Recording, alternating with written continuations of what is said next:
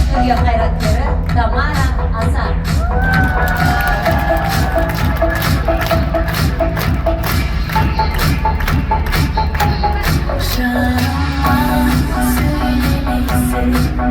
Gönlüm kara, gülüm değilsin, kiremeysin, kettemeysin, neye sonuçta mutlusun.